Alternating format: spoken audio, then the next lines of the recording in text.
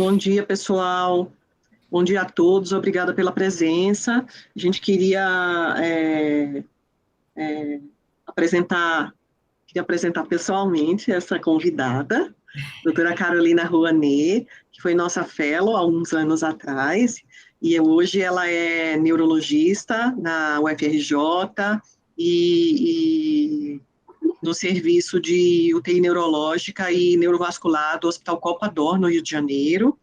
Então, com muito prazer, a gente recebe a Carolina, a Carol, para falar sobre autorregulação cerebral. É um tema, assim, super interessante, a gente tem que ter bastante domínio na nossa especialidade.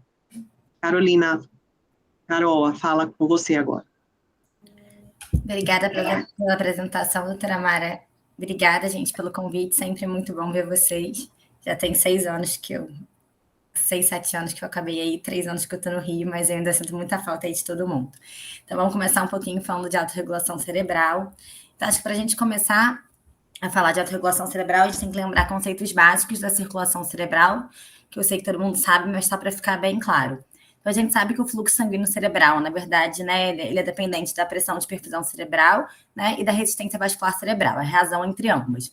E a gente sabe também que a pressão de perfusão cerebral, né, é a diferença entre a PAM, a pressão arterial média, e a pressão intracraniana. E, por sua vez, a pressão arterial média, ela vai ser diretamente dependente do débito cardíaco, da resistência vascular periférica e da frequência cardíaca. E a gente sabe que, para termos didáticos aí, acadêmicos, a gente considera a PIC, a pressão intracraniana, similar à pressão do sistema venoso cerebral. A gente sabe que não é exatamente a mesma coisa, mas é o que a gente utiliza aí para fim de simplificação, né? E para poder entender um pouquinho melhor isso. Essa figurinha aí talvez vocês já tenham, muitos já tenham visto, é de um artigo de 2016 da Critical Care, mas eu acho que ela é bem interessante, bem ilustrativa, né? Então, os determinantes de fluxo sanguíneo cerebral, como a gente acabou de falar, PAM, resistência vascular cerebral e PIC. A PAM, ela vai ser basicamente representada por quem, né, no nosso cérebro? Pelas artérias e pelas arteríolas, né, basicamente.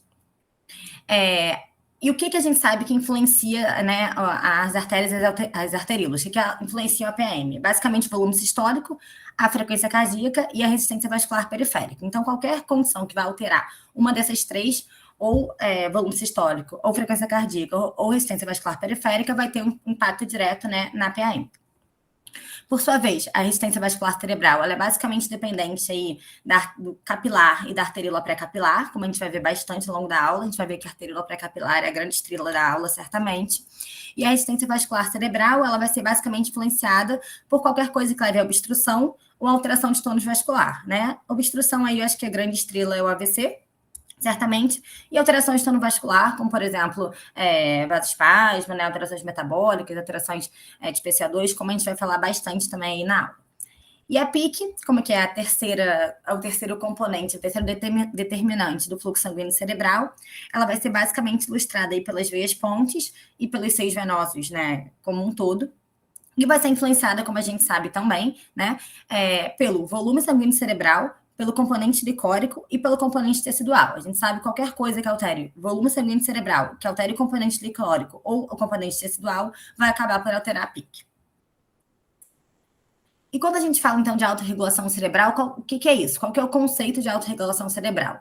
É basicamente a capacidade que o cérebro tem de manter o fluxo sanguíneo cerebral constante a despeito de variações de PAM e, consequentemente, de PPC. Né? Então, qual que é o grande determinante da manutenção da autorregulação cerebral? É basicamente a arteríola pré-capilar. Então, o que acontece? A gente sabe que quando a gente tem uma queda de pressão, o que acontece? Se a gente tem uma queda de PM, né, uma queda de PPC, o que a gente vai acontecer? Nossa resposta fisiológica natural vai ser uma vasodilatação da arteríola pré-capilar, então uma diminuição, né, do tônus vascular, uma vasodilatação, com isso mantendo esse fluxo sanguíneo cerebral constante. Por sua vez, se você tem um aumento de PM, um aumento de PPC, o que vai acontecer é um aumento dessa resistência vascular cerebral, ou seja, um fenômeno de vasoconstrição da arteríola pré-capilar, com isso também conseguindo manter o fluxo sanguíneo cerebral constante, tá? Isso, obviamente, tem um limite, tem um range, né, uma faixa em que isso é possível de ocorrer, que nas pessoas, né, normais, digamos assim, o usual é isso funcionar geralmente entre uma PM de 60, mais ou menos 140, 150, ou uma PPC de mais ou menos 40 até 90. E essa é a curva clássica, é a figura clássica, né, ilustrando a autorregulação cerebral, né? Então, a gente vê, basicamente, né, um gráfico no eixo X, a PAM, poderia ser a PPC também, mas aqui está ilustrada a PAM, no eixo Y, o fluxo sanguíneo cerebral. E essa curva é bastante clássica, em que a gente vê que, mais ou menos, nessa faixa de 50 até 150 de PAM, a despeito de um aumento ou uma redução da pressão arterial média dentro desse limite, o fluxo sanguíneo cerebral consegue se manter constante através de variações do tônus da arteríola pré-capilar. Então, cai a PAM,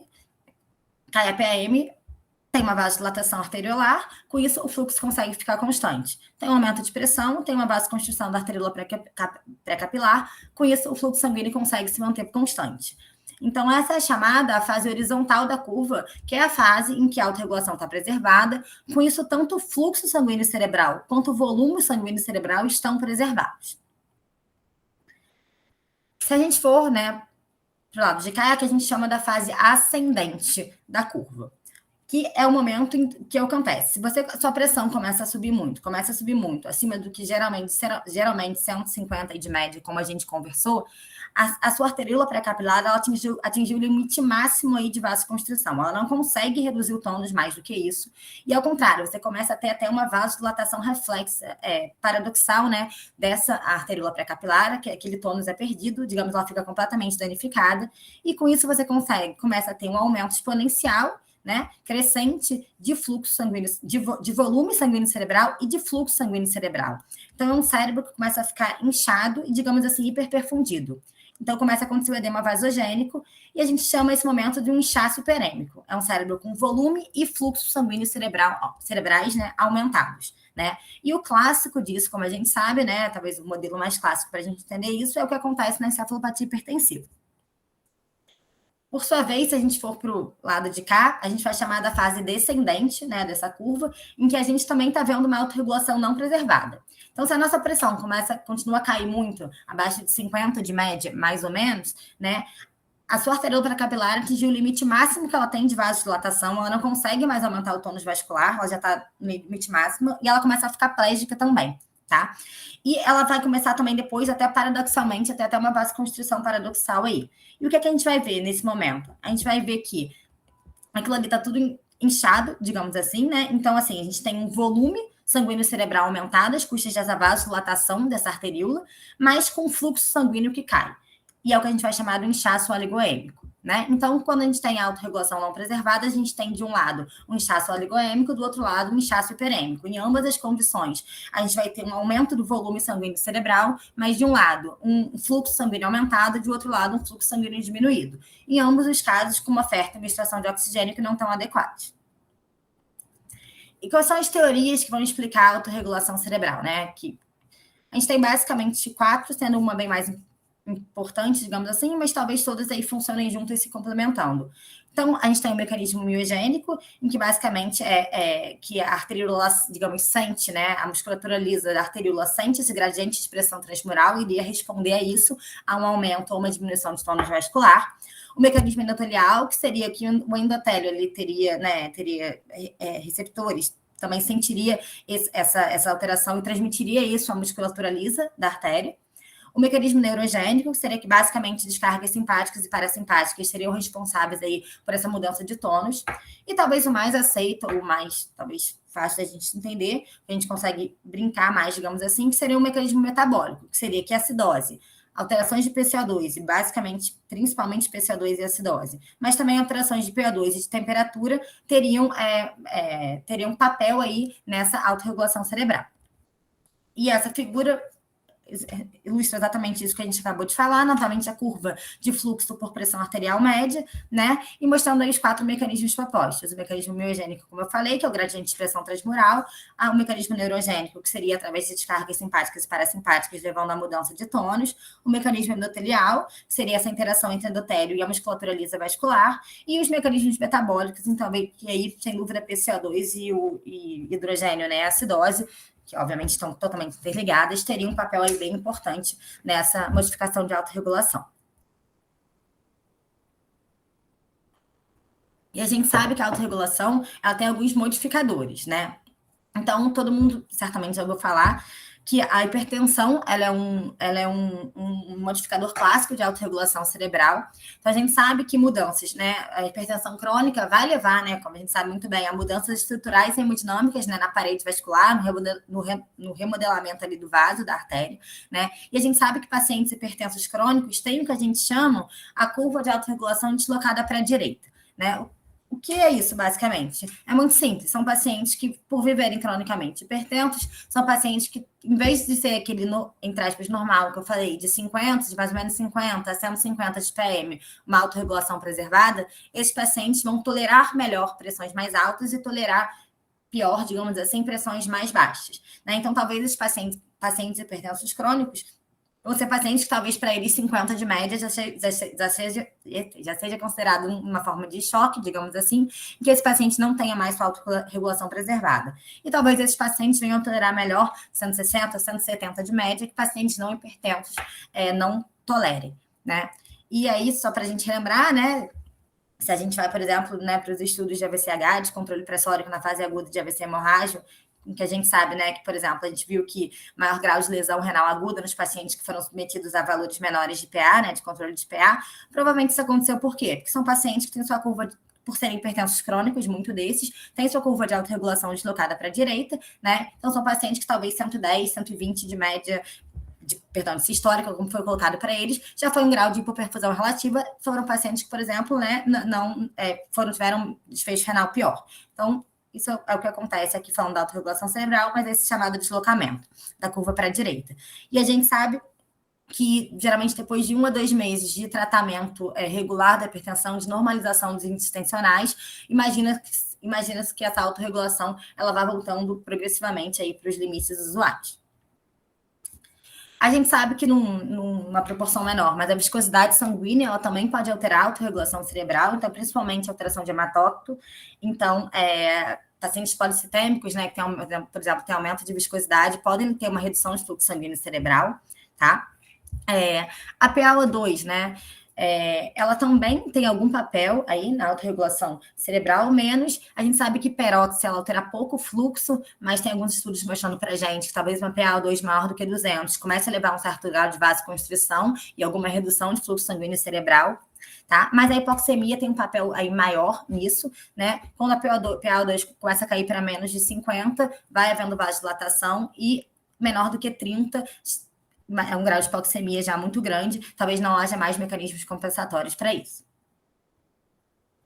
A PCA2, sem dúvida, é o mecanismo mais importante disso, como a gente falou, a gente vai brincar com o PCA2 bastante, como a gente vai falando de como testar a autorregulação cerebral, né? Então, é um mecanismo bastante importante, mas que a gente sabe que esse efeito de PO2 na autorregulação, ela cessa depois de períodos prolongados de hipocapnia. Tá? Então, o que a gente sabe, na verdade? Se a gente aumenta, né, se a gente deixa esse paciente hipercapníco, né, na verdade, o que a gente vai estar fazendo é uma vasodilatação, e aí vai ter sabe-se que para cada aumento de 1 milímetro de PCO2, você começa a ter um aumento de 3 a 4% de fluxo sanguíneo cerebral. Se você chega a mais do que 100, 80, 100 de PCO2, você talvez chegue numa vasodilatação máxima e seu fluxo sanguíneo cerebral chega a dobrar, né? E da mesma forma, se você hiperventila o seu paciente, se você leva uma queda de PCO2, na verdade você vai ter uma vasoconstrição e uma redução ali de fluxo sanguíneo cerebral, né? E é exatamente esse o racional de por que, né, durante o tratamento de hipertensão intracraniana, você pode, como uma medida ponte transitória, hiperventilar o seu paciente, né? Enquanto você está fazendo outras coisas, a gente sabe que a gente não mantém ninguém hiperventilando, né, mais do que pouco tempo, literalmente uma medida ponte, como a gente chama, mas é exatamente esse o racional. Se a gente hiperventila o paciente, a gente leva uma queda de PCO2, a gente leva uma vasoconstrição, uma diminuição de volume sanguíneo cerebral e, consequentemente, ali, de forma transitória, uma redução da PIC. E aqui, exatamente, compilando isso que a gente acabou de conversar, novamente a curva clássica que a gente já viu, fluxo sanguíneo cerebral no eixo Y, no eixo X, a gente tem aqui ilustrado a PPC, que vai ser o equivalente da PM, a PCO2 e a PO2, né? Então, em relação a PPC e a PM, a gente já viu, né? Essa linha, que seria a linha aqui, contínua, a gente vê que o fluxo sanguíneo cerebral constante de mais ou menos aí, né, a PPC fica entre 40 e 90, a PM entre mais ou menos 50 a 150, nos extremos a gente vai ter uma queda ou um aumento de fluxo sanguíneo cerebral, inchaço oligoêmico e inchaço hiperêmico, que a gente falou no início. Na linha aqui tracejada e pontilhada, a gente vê basicamente o papel da PCO2 nesse mecanismo da autorregulação. Então, a gente vê se a gente hiperventila, ou seja, se a gente diminui a PCO2, a gente vai ter uma redução, uma vasoconstrição, uma redução de fluxo. Se a gente hipoventila ou aumenta a PCO2, esse paciente hipercápnico, a gente vai ter aí uma vasodilatação e um aumento de fluxo. E a PO2, como eu falei, que é essa linha toda pontilhadinha, tem um papel menor aí nesse mecanismo, mas a gente sabe também que, principalmente a hipoxemia, acaba levando, né, a um grau aí de alteração de fluxo sanguíneo cerebral. E como que a gente pode testar a autorregulação cerebral? Então, a gente tem métodos não invasivos e métodos invasivos. Métodos não invasivos, a gente vai ter o Doppler, que vai ser talvez aí que a gente vai mais falar na nossa aula, mas a gente tem também o NIRS, né, que é a espectroscopia de raios infravermelho. A gente pode testar isso através de TC de perfusão, de ressonância de perfusão, ou através de métodos de cintilografia de PECT ou SPECT. Através de métodos invasivos, a gente pode avaliar isso através do monitor do catéter de monitorização tecidual de oxigênio, do PTO2, né, o catéter de Lycox, fluxometria de Doppler por laser, ou métodos de difusão termal, que já são métodos um pouco mais, digamos assim, sofisticados, né?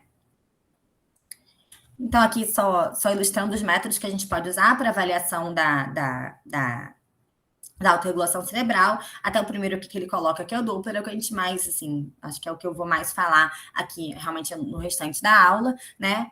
Toda a facilidade que a gente tem, as vantagens que a gente já conhece bastante do Doppler, ele é um método não invasivo, que a gente faz à beira-leito, que a gente pode fazer de forma contínua, que tem uma avaliação global ali de fluxo sanguíneo cerebral. Na verdade, só para a gente lembrar, né, a gente, na verdade, pelo Doppler, como a gente sabe bem, a gente avalia, né, velocidade, através da velocidade a gente estima fluxo, né? Claro que não é um método direto de avaliação de fluxo sanguíneo cerebral, mas a gente acaba usando isso aí.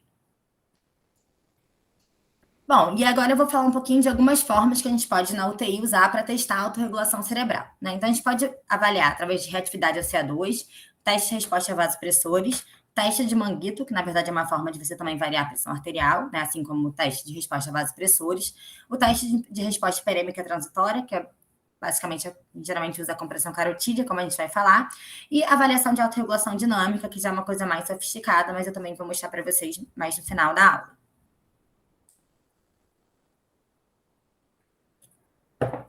Então, falando um pouquinho agora do teste de reatividade ao CO2, que nada mais nada menos é do que você variar o PCO2 do paciente e ver o que acontece, né? E uma forma muito simples de fazer isso é através do Doppler, como também eu acabei de mencionar. Então, a gente já sabe, como a gente já falou, que a arteríola pré-capilar, a vasculatura cerebral, especialmente a arteríola pré-capilar, ela é muito sensível a alterações, né, da pressão parcial de gás carbônico, né? E aí, então, a gente vai lembrando, né? Se você deixa seu paciente hipercápnico, você vai ter uma vasodilatação. Se você deixa seu paciente hipocápnico, você vai ter uma vasoconstrição. E aí você vai, basicamente, avaliar o fluxo sanguíneo cerebral como resposta à hiper ou à hipocapnia, né? Então, se seu paciente está ventilado, você vai mexendo nos seus parâmetros de ventilação, né, para fazer a variação de CO2. Se o paciente está consciente, colaborativo, você pode simplesmente pedir para ele prender a respiração por 30 segundos, por exemplo, e fazer essa avaliação. Uma forma simples de avaliar essa reatividade ao CO2 é avaliar através da mensuração pelo Doppler. Então, você vai avaliar o paciente antes e depois da sua mudança dessa pressão de CO2. Né? E o que a gente espera, na verdade, né, é que se o paciente ele fica hipercápnico, né, então se ele retém CO2, na verdade, ele vai fazer uma vasodilatação, né, você veria um aumento de velocidade média de fluxo no Doppler secundário essa hipercapnia. E, na verdade, se por outro lado você hiperventila o seu paciente, deixa ele mais hipocápnico, você veria uma redução dessa velocidade secundária à hipocapnia. Então, aqui só para ilustrar, né, isso aqui é um paciente com TCE, esse paciente ele foi aqui a medida de pressão arterial, medida de pique e a medida de velocidade aqui pelo Doppler, né? Então, esse paciente aqui, ele foi hiperventilado por mais ou menos uma hora, um CO2 que cai de 35 para 30, tá? Depois dessa hiperventilação, então uma queda de PCO2, tá? E a gente vê que quando a gente avalia a velocidade pelo Doppler pré, aqui é o momento que ele foi hiperventilado.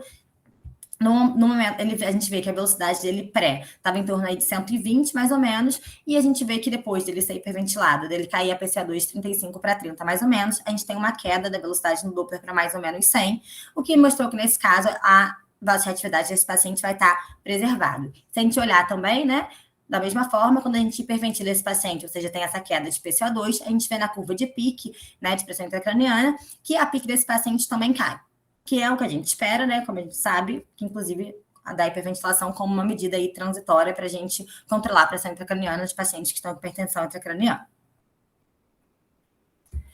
Bom, a gente também pode fazer o teste de resposta a vasopressores, né? Basicamente, a gente vai infundir um vasopressor, obviamente, infundindo o vasopressor, a gente vai ter um aumento de pressão, e a gente pode observar algumas coisas, né? Isso eu acho que é muito útil, a beira-leito, muito, geralmente, simples de a gente fazer numa UTI, né? Uma delas é basicamente, como é que nem a gente avaliou, mexendo no CO2 e avaliou pelo Doppler, a gente pode mexer na pressão arterial do paciente, aumentar a pressão do paciente e avaliar também como fica a velocidade de fluxo pelo Doppler, né? Gente, se a autorregulação estiver preservada desse paciente, se a gente mexer nessa pressão, a velocidade pelo Doppler ela vai ficar constante ou aumentar um pouco, né? Se a autorregulação estiver preservada. Se essa autorregulação estiver alterada, a gente vai ver basicamente uma queda da velocidade quando a gente aumenta a pressão desse paciente.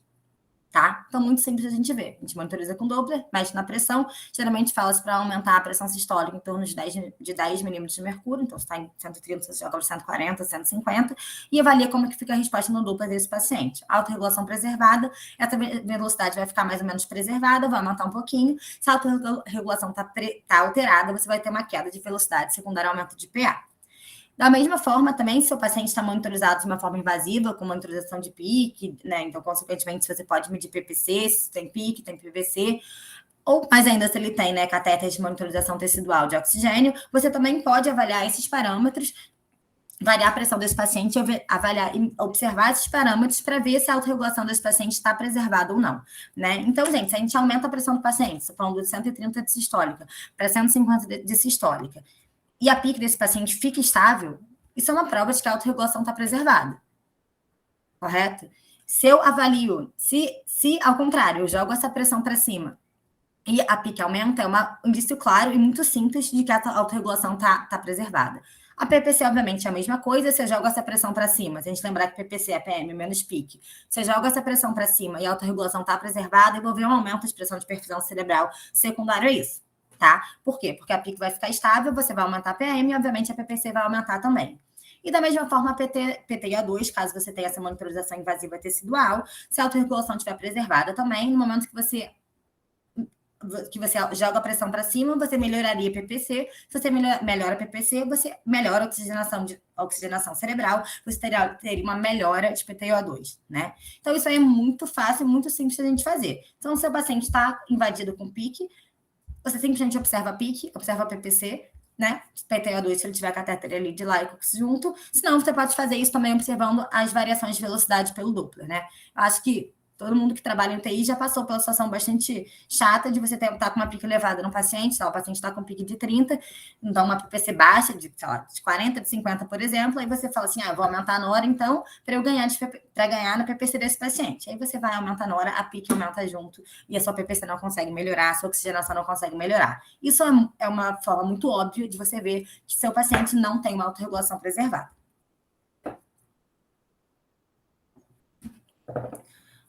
Você também pode fazer o que eles chamam de teste do manguito, né? Que, na verdade, é também você brincar com a variação pressórica do paciente, mas os livros, os artigos geralmente citam, então acho isso meio pouco prático, eu nunca fiz, mas eles citam, você basicamente botaria um manguito de pressão no membro inferior do paciente, insuflaria em mais do que 50 milímetros de mercúrio a mais do que essa histórica daquele paciente por 3 minutos, e quando você desinsufla ali, você consegue, na verdade, uma queda de pressão. E da mesma forma, o que você pode fazer é avaliar, pelo Doppler, se você não tiver monitorização invasiva, avaliar a resposta das velocidades médias de fluxo pelo Doppler a essa variação de pressão. E se o paciente tiver monitorizado invasivo com pique, com PTO2, você pode avaliar também a pique, a PPC e a PTO2 como resposta a isso.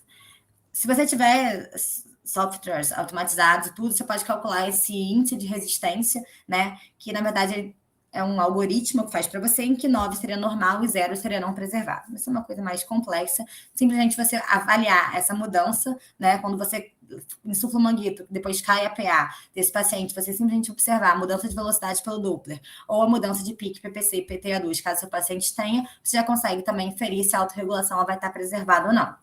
Da mesma forma também, né, assim como a gente falou do teste de resposta a vasopressor, né, que a gente simplesmente aumenta infundo de vasopressor, aumenta a infusão de nora e vê como é que fica, você também pode fazer isso com uma droga vasodilatadora. Basicamente, isso orienta-se a fazer isso se você imagina que seu paciente está hiperêmico, né? Não, se não tiver, não é aconselhável você fazer. Uma outra forma da gente testar a autorregulação também, relativamente simples, que existem críticas, a gente já vai falar, mas relativamente simples, é o teste de resposta hiperêmica transitória, em que basicamente você faria a compressão da carótida comum por 5 a 8 segundos, né? Quando você comprime ali, faz essa compressão carotídea, né, ali, cervical, óbvio, carótida comum, você teria uma redução de PPC e, consequentemente, uma vasodilatação. E aí você observaria a mudança de velocidade pelo Doppler antes e depois disso, né? O que é esperado é no momento que depois você observar a velocidade antes e observar a velocidade depois, observada você vai ter um aumento de velocidade seguido a isso, né?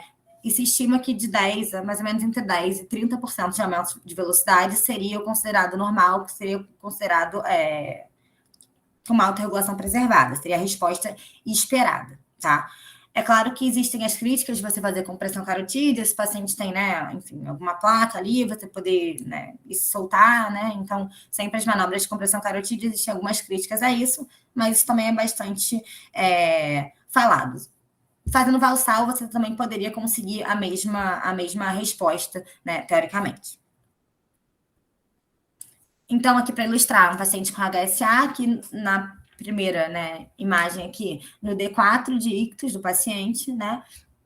Então, aqui a gente vê a monitorização por Doppler desse paciente, a monitorização aqui por Doppler, perdão, aqui por pressão arterial. Você faz a compressão, a velocidade pelo Doppler aqui antes, você faz a compressão carotídea por 6 segundos. Claramente a gente vê, sabe, comprime a carótida, uma queda de PPC, uma vasodilatação. Depois que você solta isso, a gente vê claramente, não precisa nem, né, medir, mas a gente vê, quando a gente está fazendo Doppler, isso fica bastante, né, até claro para a gente vê um aumento de velocidade que segue quando você libera a carótida, indicando uma autorregulação preservada.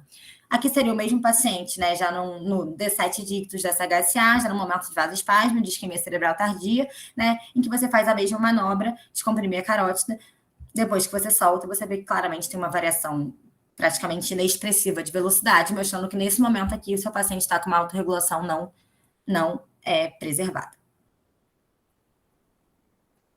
Aqui é a mesma coisa ilustrando também, né? Aqui embaixo a aferição das velocidades pelo Doppler, no meio a PIC, em cima, né, a PA. Mesma coisa, faz a manobra de compressão que ele faz aqui, faz a manobra, avalia pelo Doppler antes, faz a manobra de compressão carotídea, você vê aqui um aumento de velocidade, que ele estima aqui em 15%, que se segue a quando você libera a carótida, mostrando aqui, né, mostrando que a gente tem uma autorregulação cerebral aqui preservada nesse paciente. Agora eu vou falar de algo, isso até é mais teórico, que é uma coisa que dificilmente assim a gente tem, a beira-leito, que a gente tem nas UTIs, mas sempre que a gente vai estudar sobre autorregulação, isso é bastante falado, então acho interessante a gente saber, né, que existe, e o racional é o mesmo do que a gente conversou, né? Seria a avaliação espontânea contínua de autorregulação, que na verdade seria talvez uma forma mais fidedigna, mais real, digamos assim, né? Já que é uma coisa contínua de você ver a autorregulação. Então, na verdade, em vez de você... Tudo que a gente conversou até agora, a gente está mexendo de forma artificial na PA, né? A gente está mexendo de forma artificial no CO2, a gente está provocando mudanças pontuais e artificiais para ver como está a autorregulação do paciente. Aqui seria você avaliar de uma forma contínua e espontânea, que você não faz nada de forma artificial provocada para você testar a autorregulação. Então, seria mais natural e talvez mais fidedigno realmente, né? Então, seria como você avaliar como mudanças lentas e espontâneas da PA se relacionariam a mudanças no fluxo sanguíneo cerebral, né? Esse MX é o que eles chamam de índice médio de fluxo. E o que seria isso, na verdade? Isso é calculado por algoritmo, gente. Precisa de um software para isso, não é a gente que calcula, obviamente, são algoritmos validados para isso.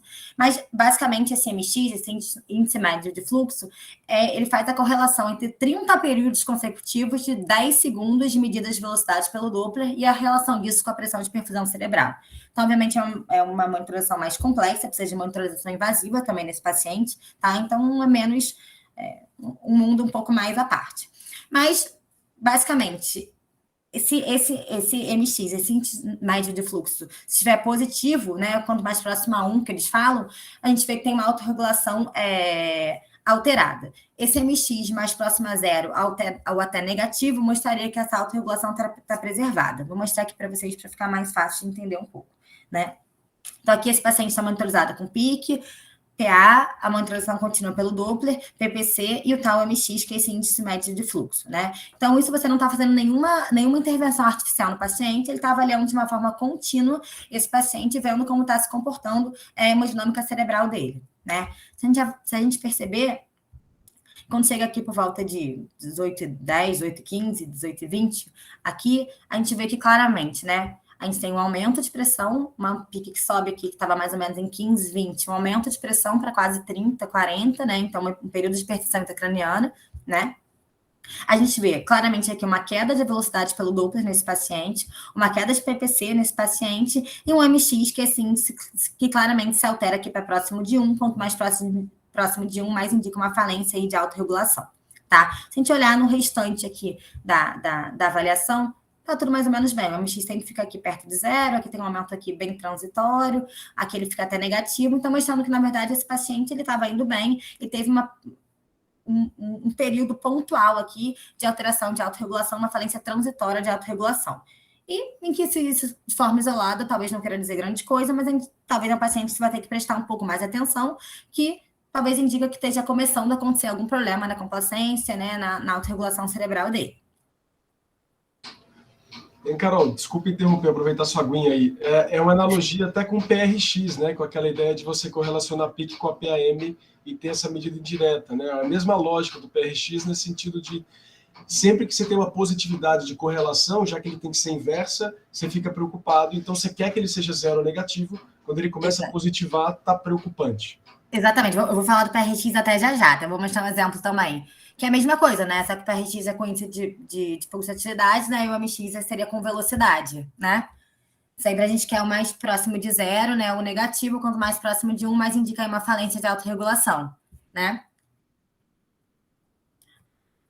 Bom, continuando aqui, então, ilustrando o que a gente está falando aqui, né, do MX, então, novamente, o paciente está monitorizado aqui de forma invasiva, avaliando aqui fluxo sanguíneo, PPC, PIC, aqui também novamente. Aqui seria, né, uma forma de você ver, né, isso é avaliado por termodiluição.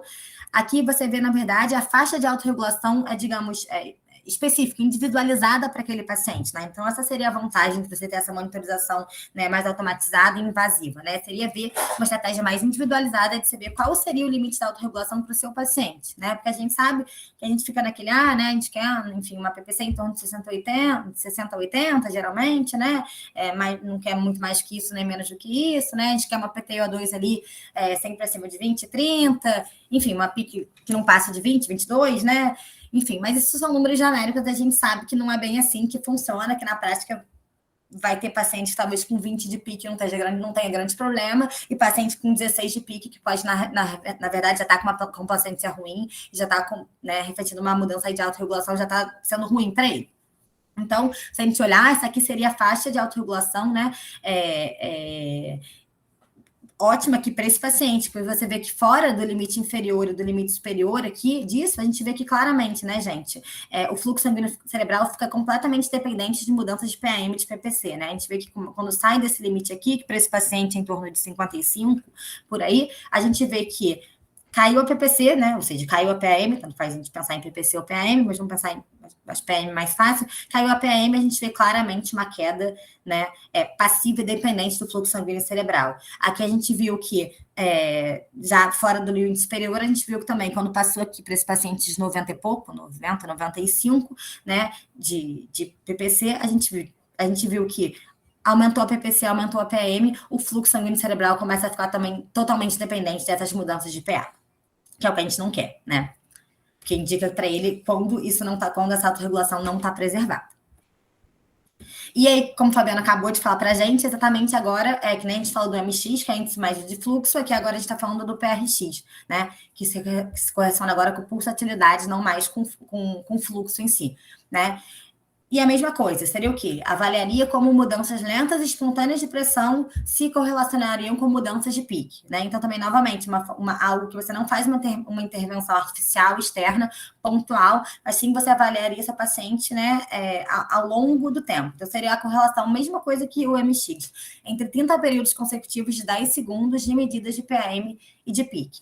Da mesma forma que o MX, um PRX positivo mostra claramente uma autorregulação alterada, porque, na verdade, o que você está vendo, né, gente? Que um aumento de pressão que aumento de pressão está se transmitindo de uma forma passiva para o volume sanguíneo cerebral e para pique, né? Então, o que a gente quer, na verdade, é um PRX, um MX próximo a zero ou até negativo, que mostra, na verdade, que isso está funcionando de forma independente e mostra, então, uma autorregulação preservada. Bom, se a gente olhar aqui para ilustrar, isso aqui seria um paciente com TCE grave, né, com monitoração contínua aí de autorregulação invasiva, então PAM, PIC, aqui usando o PRX, monitoração tecidual de oxigenação cerebral, PTA2 e PPC. Se a gente olhar aqui no primeiro dia, aqui, né, no primeiro dia pós-TCE desse paciente, a gente vê que ele está com uma PIC aqui, torno de 20, relativamente preservada, né, a gente vê, se a gente olhar aqui, a gente vê que a PAM desse paciente está variando, aí a PIC está ficando mais ou menos estável, então a PIC não está variando de acordo, né, com a PAM. A gente vê aqui um PRX que está mais ou menos aqui também próximo ao zero, ficando negativo em alguns momentos também, uma PTA2 boa, sempre acima de 20, uma PPC preservada, né? Então, tudo bem aqui nesse início. Se a gente olhar a partir aqui do segundo dia, né, pós-dictus, esse TCE desse paciente, a gente começa ainda a ver, a PIC ainda está preservada também, não tem aqui grandes variações. A gente vê também que a pressão desse paciente varia, a PIC está ficando relativamente estável ainda também. PTA2 desse paciente, a oxigenação cerebral dele está boa também ainda, assim, também se vocês olharem sempre acima de 20, 30, né? Bem normal, uma PPC preservada, mas se a gente olhar, o PRX desse paciente começa já a alterar um pouco, né? Então, o PRX desse paciente já começa aqui a ficar um pouquinho mais alterado. Ele começa aqui a ficar maior do que 0,5, de forma geral. Então, assim, nada, se você olhar simplesmente valor de PIC, valor de PTA2, valor de PPC, tá tudo bem ainda, mas um PRX começa a alterar. Então, seria talvez um sinal de alerta. À medida que você vai passando o tempo aqui, se a gente olhar a partir aqui do quarto, do quinto dia, no sexto dia, então, a gente vê que isso começa a alterar bem. A gente começa a ver aqui que, claramente, as mudanças de pressão desse paciente começam a se refletir em mudanças de pique desse paciente. Então, a PAM desse paciente começa a variar e a PIC desse paciente começa a variar junto, então você já começa a falar, opa, já sabe que isso é um sinal ruim, né? Quando a PAM e a PIC começam a variar de forma conjunta. A gente começa a ver que a PTA2 desse paciente também começa a cair, e se a gente olhar o PRX, gente, o PRX desse paciente começa a alterar totalmente, até que chega o momento, né, que aqui fica bem claro que a PIC fica totalmente dependente aqui, né, da PA, o PRX já está aqui completamente aqui em torno do 1, começa a alterar completamente, uma queda importante de PTA2 e uma queda importante de PPC.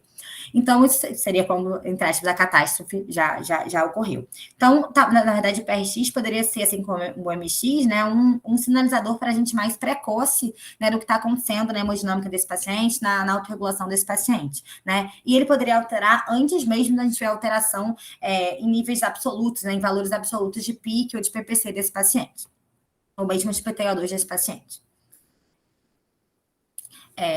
Aqui também a mesma coisa, né, ilustrando aqui, então, novamente PIC, PPC, e aqui uma parábola de PRX. Então, teoricamente, seria uma forma também, que nem eu falei antes, você ver de forma individualizada qual a melhor hemodinâmica para aquele paciente, qual a melhor PPC para aquele paciente. Isso é uma estratégia individualizada. E seria, na verdade, o ponto em que o PRX estivesse mais próximo do zero, né, mais negativo, digamos assim, não é mais próximo de zero, seria o menor PRX, né? Na verdade, talvez fosse a pressão, seria o que indicaria a pressão de perfusão cerebral ideal para aquele paciente. Então, com isso, você traçaria não mais aquela coisa de 680, mas nesse paciente aqui, por exemplo, ele vê que talvez 90, que é o menor ponto da parábola aqui, o menor PRX, seja, na verdade, a PPC ideal para esse paciente, não aquele 680 que a gente fica, né, às vezes, de forma meio, entre aspas, burra, repetindo de forma contínua. Bom, isso aqui é só Resumindo o que eu falei, né? Então, o índice de autorregulação, como eu falei para vocês, né? O índice médio de fluxo, que é o MX, tem vários outros também, eu escolhi 2 para falar, que eu achei os mais simples, e o PRX aqui. Lembrando que isso aqui, para a gente calcular, né? Isso é uma avaliação dinâmica do paciente, né? Então, o que, por um lado, é melhor, mas é algo que a gente tem, enfim, menos disponível, que a gente precisa de técnicas também aí mais invasivas, né? Bom, isso aqui só para ilustrar, a gente está acabando. Isso aqui é só falando de um artigo só falando de autorregulação cerebral no AVC isquêmico, né? Então, aqui ele usa o MX, tá? Então, os pacientes estão monitorizados em relação à autorregulação de forma contínua, né, invasiva, e o que é interessante é que ele vê que ele compara o MX desse paciente no momento precoce do AVC, então, no dia do ictus, e de forma tardia, como ele chama, 5 a 7 dias depois. E o que ele observa quando ele olha aqui todos os pacientes? Quando ele olha todos os pacientes, ele vê que esses pacientes, no dia que ele interna, né, no dia do ictus, 5 a 7 dias depois, esses pacientes todos, eles alteram seu MX, estão mostrando, né, de forma significativa, mostrando aí que pós-AVC a gente poderia ter uma alteração de autorregulação. Isso se mantém tanto quando eles avaliam o MX ipsilateral, então do lado do AVC, quanto contralateral, tá? E mais interessante ainda é quando ele separa só o subgrupo de pacientes com AVCs grandes, né, de cerebral média, AVCs extensos, né? A gente vê que mais ainda eles têm uma alteração importante, né, do MX, então uma alteração importante de autorregulação quando comparados, tá? E mais interessante ainda, ele tenta correlacionar, né, essa alteração de MX, então essa alteração de autorregulação, na verdade, com o ranking desse paciente com prognóstico, né? E ele consegue demonstrar também, claro que é um artigo, mas que quanto mais alterado o MX, pior o desfecho desse paciente com P significativo. Bom, aqui é só tentando, né, só para a gente, uma figurinha só tentando ilustrar isso que a gente falou. Esse artigo é bem interessante, ele, se não me engano, eu tirei isso aqui, tá aqui, isso mesmo, artigo da Critical Care de 2019, que é tipo, como eu avalio a autorregulação. É um artigo pequeno e bem legal, assim, dá umas dicas bem boas para a gente, acho que é uma colinha boa até para se ter, né? Então, lembrando, a gente sempre pode avaliar a autorregulação, né? Formas não invasivas ou invasivas, as não invasivas são bem mais fáceis, aí, dependendo de onde cada um trabalha, bem mais, né, disponíveis para todo mundo. O Doppler é uma forma excelente da gente poder avaliar a autorregulação, né? A gente também pode usar o NIS também, que também é uma forma não invasiva boa, a gente sabe que não tão disponível, mas também quando a gente tem, super legal. E através, obviamente, de formas invasivas, que a gente vai precisar de monitorização de pique invasiva, né? Monitoração tecidual de oxigênio, microdiálise, enfim, outras técnicas mais avançadas, né? E se a gente conseguir, a gente consegue avaliar a autorregulação de uma forma bem simples, brincando, entre aspas, com a PCO2 do paciente, que é algo relativamente simples de a gente fazer, mexendo na PA do paciente, que é uma coisa relativamente simples de a gente fazer, né? Então, assim, entre aspas, não tem muita desculpa para a gente não avaliar a autorregulação se a gente precisar, isso é uma coisa que a gente faz, né, no dia a dia da UTI o tempo inteiro. E eu sempre falo, gente, falo isso para meus residentes, falo isso, enfim, na UTI sempre. É muito simples, aquele paciente, né, que você simplesmente aumenta a PA e a PIC aumenta junto, aumenta a nora, aumenta a PA e a PIC aumenta junto, isso aí não tem nem mais o que pensar. Esse é o paciente que a gente fica com o pepino na mão, porque é aquele paciente que a gente foi correndo atrás de um alvo de PPC e não consegue, porque claramente ele está com uma autorregulação completamente não preservada. Tá? Então, acho que é isso que eu queria falar para vocês. Estou à disposição se querem tirar alguma dúvida, comentar alguma coisa.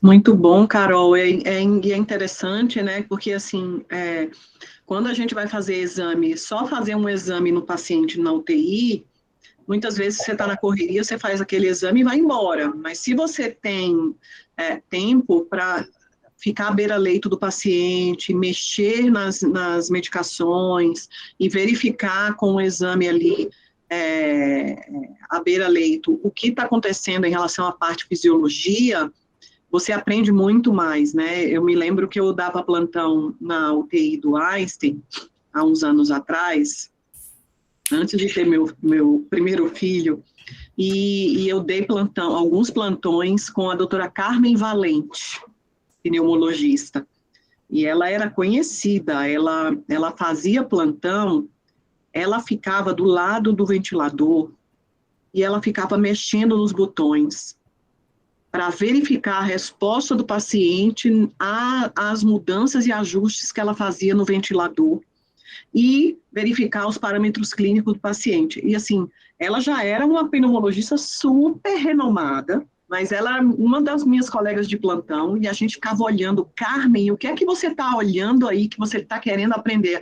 Ela, eu sempre estou aprendendo com o paciente. Então, é a mesma coisa que você está falando aí na sua aula, né?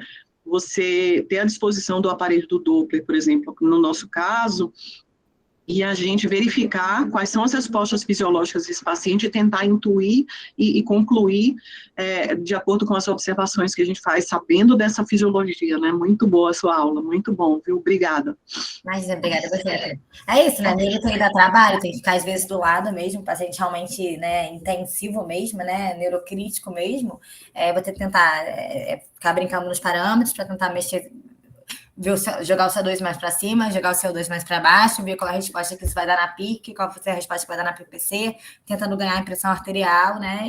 E muitas vezes chegar a essa conclusão, né? Se já está com a autorregulação alterada, você não vai conseguir mexer por aquela via, você tem que tentar em uma outra via, né? Exatamente, você vai tentar mexer talvez em oxigenação, né? Porque se você já está com a autorregulação alterada, você não vai mais conseguir ganhar na forma hemodinâmica, né? De pressão.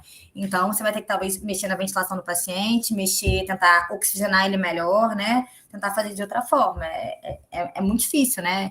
A gente vê muito isso, né, na HSA grave, né? No TCE grave, né? A maioria dos modelos acabam sendo com TCE grave, né? Mas, enfim, é complicado.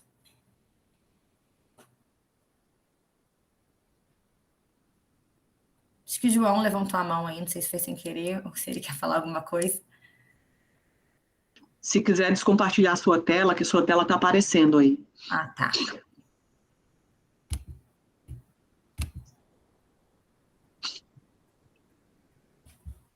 Alguém mais quer fazer alguma pergunta, algum comentário? Só queria agradecer mesmo a doutora Carol por ter nos atendido. O convite para essa aula, a gente, como eu disse, viu essa aula lá no pré-congresso e foi uma das aulas que chamou a atenção do CONINE, do pré-congresso. Então, são conceitos muito importantes para quem lida com neuro-TI, para quem lida com o entendimento da fisiologia neurovascular em geral. Acho que é uma base para o entendimento de muita coisa que a gente vê no dia a dia. Gente, obrigada a vocês pelo convite. Estou à disposição, sempre bom ver todos vocês. E parabéns, Carol. Essa aula não é fácil de ser dada, então, muito bom.